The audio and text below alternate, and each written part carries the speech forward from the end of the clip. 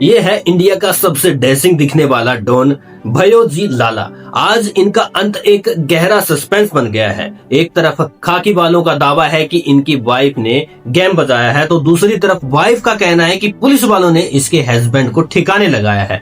और तो और ये जो प्रशासन है ना, ये भयाजी लाला के एक छोटे बच्चे को भी कस्टडी में ले लेती है। इमेजिन करो, जिस भयाजी लाला ने खुद को सेफ करने के लिए अपने कमरे में ही एक गजब के खुफिया तहखाने सेट किए थे, पुलिस जब भी रेड मारने आती तो वह इसे सेफ जोन में गायब हो जाता। आखिर इस भयोजी लाला के खात्मे के पीछे कौन है, कानून या घरवाली या इसका छोटा बेटा? असल में जब भयोजी लाला सिर्फ 23 साल के थे, तभी से उन्होंने जुर्म के रास्ते में पैर रख दिया था। और भयोजी लाला खुद को बड़ा जबरदस्त लुक वाला मानते थे। अपने आउटफिट पर, अपने रहन सहन पर, अपने टसन पर जो बहुत ज्यादा फोकस किया करते थे। उनकी शादी काफी टाइम पहले हो गई थी, बेगम रुसाना और उनके 6 बच्चे भी। और भयोजी लाला मंदसौर के सबसे तगड़े नशीले सामान के सप्लायर थे और उनके नाम पर 30 से ज्यादा क्राइम केस फाइल है। दरअसल बेगम रुसाना का ये बयान है कि जो मेरे शौहर भयोजी लाला है, वो 18 फरवरी 2026 को अपने रेजिडेंस पर ही थे।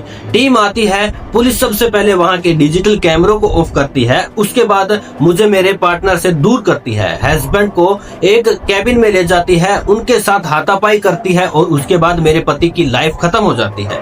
और उनका सीधा सीधा डिपार्टमेंट के ऊपर ही इल्जाम है कि डेली बेसिस पर पुलिस हर साल मेरे पति को 10 लाख की अगुवाई करती थी और इस बार वर्दी वाले मेरे पति से 15 लाख की डिमांड कर रहे थे। मेरी बच्ची की मैरिज फिक्स थी, जिस वजह से मेरे हस्बैंड सिस्टम को वो फंड नहीं दे पा रहे थे। और जब भी मेरे हस्बैंड पुलिस को कैश देने से मना करते तो ऑफिसर मेरे पति के ऊपर फेक केस ठोक दिया करते थे। और वाइफ रोसाना का कहना है कि इसकी कंप्लेंट हमने 6 महीने पहले भी बड़े अधिकारियों से करते हुए रखी थी, लेकिन आज तक कोई एक्शन नहीं हुआ।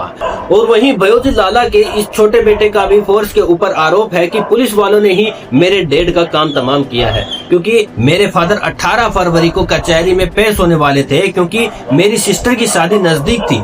अब पुलिस वालों का उनकी वाइफ के ऊपर क्या ब्लेम है, ये सुनते हैं। दरअसल डिपार्टमेंट का कहना है कि 18 फरवरी 2026 को हम सब भयोजी लाला को पकड़ने के लिए उनके ठिकाने पर जाते हैं। थोड़ी देर वहाँ चेकिंग के बाद मालूम पड़ता है कि भयोजी लाला अपने एड्रेस पर नहीं है, तो हम लोग वहाँ से डायरेक्टर कोतवाली लौट जाते हैं। कुछ देर बाद में अपडेट आती है कि भयोजी लाला अपने ही रूम में खुफिया चैम्बर में फंसे हुए थे, जिस वजह से सफोकेशन होने के कारण उनकी जान चली जाती है। लेकिन जब हम पूरी छानबीन करते हैं तो पता चलता है कि भयोजी लाला और उनकी पार्टनर के बीच में कलेश हुआ था। विवाद इतना बढ़ जाता है कि भयोजी लाला की वाइफ अपने पति के पीछे से वार करती है और सीधे वो चोट जानलेवा साबित होती है, जिस वजह से भयोजी लाला की डेथ हो जाती है।